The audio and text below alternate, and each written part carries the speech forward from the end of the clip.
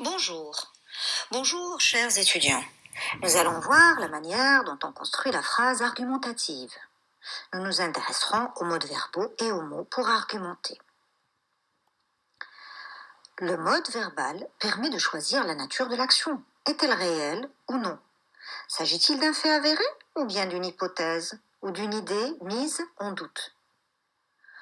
Les modes verbaux sont différents des temps verbaux. Il y a le mode de l'indicatif, le mode de l'infinitif, du subjonctif, du conditionnel. Dans les modes, il y a plusieurs temps. Par exemple, dans le mode de l'indicatif, il y a le présent, le futur, le passé composé. Pour le conditionnel, les subjonctifs, ils peuvent être au présent ou au passé. Le mode verbal de l'indicatif, c'est celui qui nous permet d'exprimer la certitude.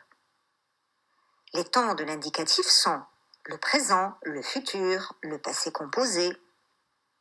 Ils nous permettent d'affirmer une vérité, en tout cas une idée qu'on veut passer comme étant une vérité, pour en convaincre notre interlocuteur ou notre lecteur. Exemple, la pollution détruit l'environnement. Le verbe détruire est au présent, il exprime le présent de vérité. Il s'agit donc d'une certitude. À cause du réchauffement climatique, il y aura de plus en plus de sécheresse. Il y aura, c'est le verbe avoir au futur. Il exprime la certitude. Les industriels ont pollué la planète. Ont pollué, c'est le passé composé. Il s'agit d'une action achevée. Et donc, ça signifie que l'action est confirmée.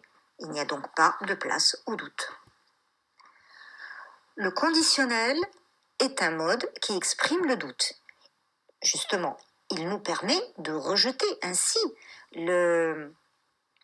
l'opinion adverse en lui donnant une connotation d'incertitude. Exemple, cette année, il n'y aurait pas d'examen selon certains étudiants. Pour mettre en doute cette rumeur, on l'exprime au conditionnel.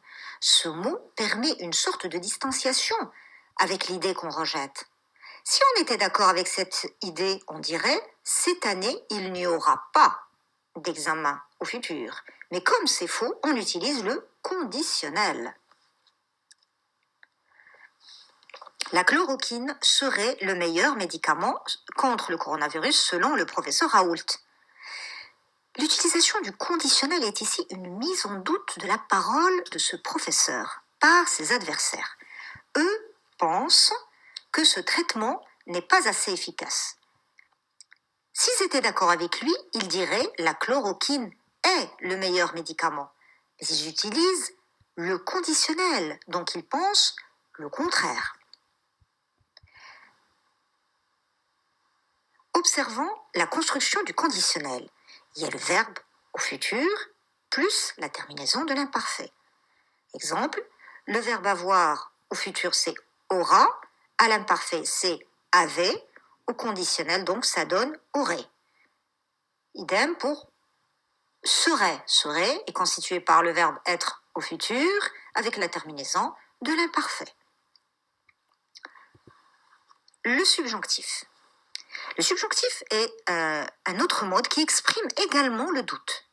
Exemple, je doute qu'un vaccin soit trouvé dans quelques mois.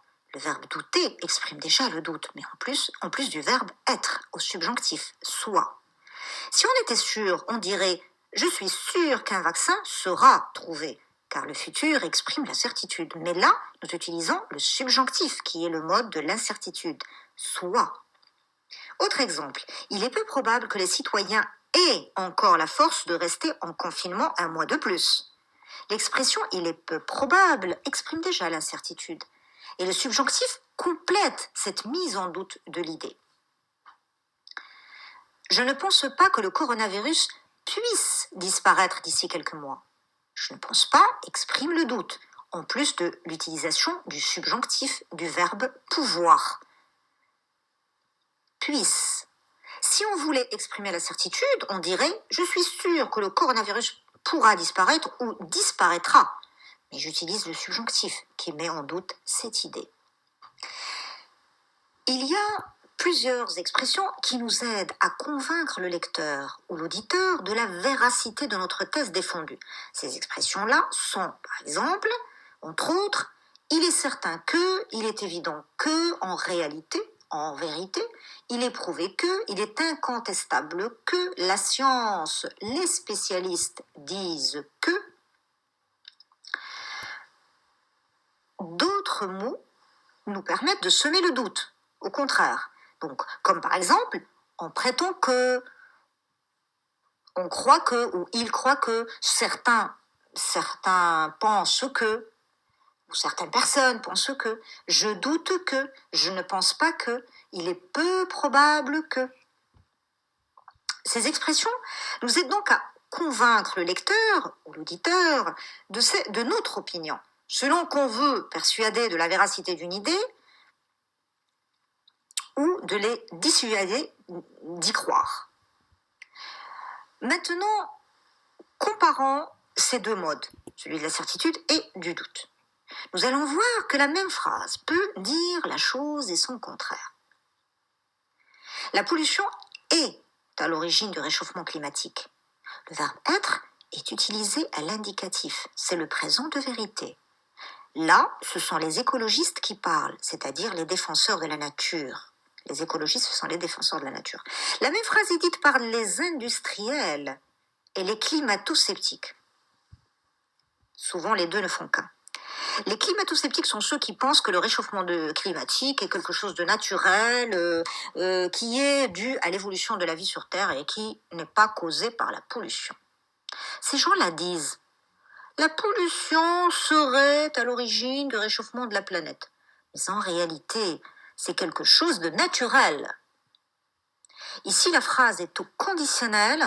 Il s'agit d'une mise en doute de l'idée adverse. Et en revanche, l'utilisation juste après de l'expression « mais en réalité », plus l'indicatif du verbe être. C'est un phénomène naturel. Donc, on met au conditionnel l'idée ou au subjonctif l'idée qu'on veut rejeter, et en revanche, l'idée qu'on veut défendre, on la met à l'indicatif, qui est, par exemple, le présent de l'indicatif, qui exprime la certitude. Donc, selon que cette phrase est dite par des défenseurs de la nature ou par des pollueurs, elle a un sens contraire. Donc, la même phrase, juste en changeant le mode verbal, change de sens. Voilà, merci pour votre attention et à très bientôt.